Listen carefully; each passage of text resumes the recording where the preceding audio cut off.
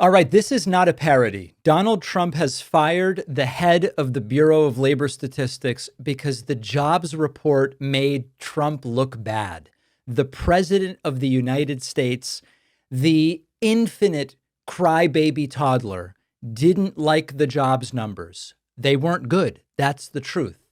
So what does he do? He drops the hammer on the messenger. The July jobs report, as I told you, came in brutal. 73,000 jobs added. The expectation was 110,000. That's about a 33% shortfall from expectations. The two previous months revised down by 258,000 jobs. So what does Trump do? He goes on Truth Social. He says the data is fake, that the highly respected BLS commissioner is a Biden political appointee, and he fires her on the spot. No warning, no evidence, just rage. Now, Erika McEntarfer, career economist, commissioner of the Bureau of Labor Statistics, she served under multiple administrations. She didn't manipulate anything. She reported the jobs numbers. But Trump doesn't want the truth. Trump wants loyalty. And this is what loyalty looks like in a dictatorship. Give me the jobs numbers that make me look good, even if they're not true. This was, by the way, not a new strategy for Trump.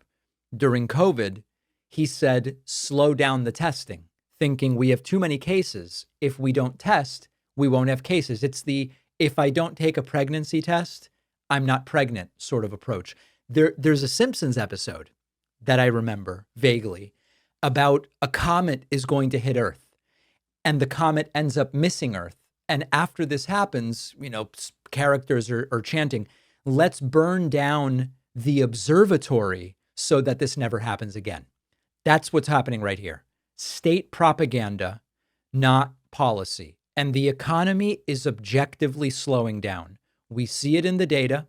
The 3-month job growth average is now 35,000 jobs. That's recession territory we need to understand.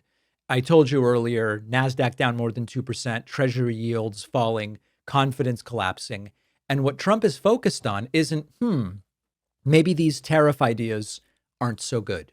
Maybe I need to do more about the inflation I promised to get back under control. No, what he does is purge the people who report the facts, a classic of strongman authoritarianism. Now, meanwhile, even Jay Powell, the same Fed chairman that Trump's been saying he's always too late, he needs to be put out to pasture. This is what Jay Powell's been warning about. Jay Powell, who has been ignored by Trump in his warnings, said this is exactly what's going to happen. You will see continued inflation.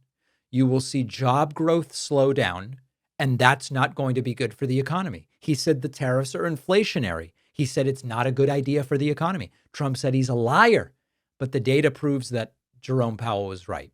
So instead of admitting failure, Trump's doing what every strong man does. You blame, you make stuff up, you purge anybody that's inconvenient, and then you just repeat the entire thing. And I hate to admit, it's sort of working. His followers are eating it up. Fox News has started to spin it. Newsmax has been spinning it. I'll show you some clips a little later. Inside the Republican Party, no one with real ability to convince Trump of anything, and can anybody convince Trump of anything? I don't know. Nobody's able to step in and say, hold on a second, let's do a little bit of a rethink here. So economic mismanagement at its core.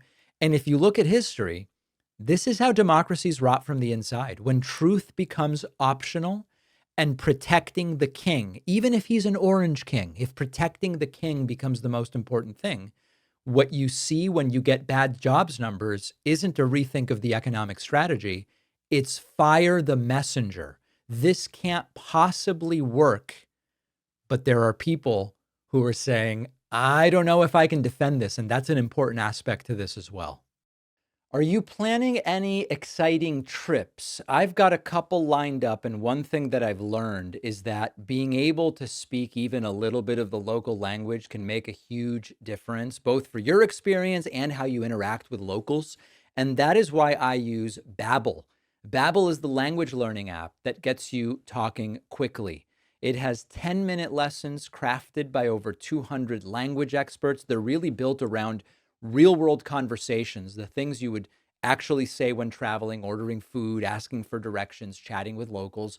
No gimmicks, no fluff, just practical language skills. And the best part is that you can start speaking in just a few weeks. I've used Babbel to help me get ready for trips abroad.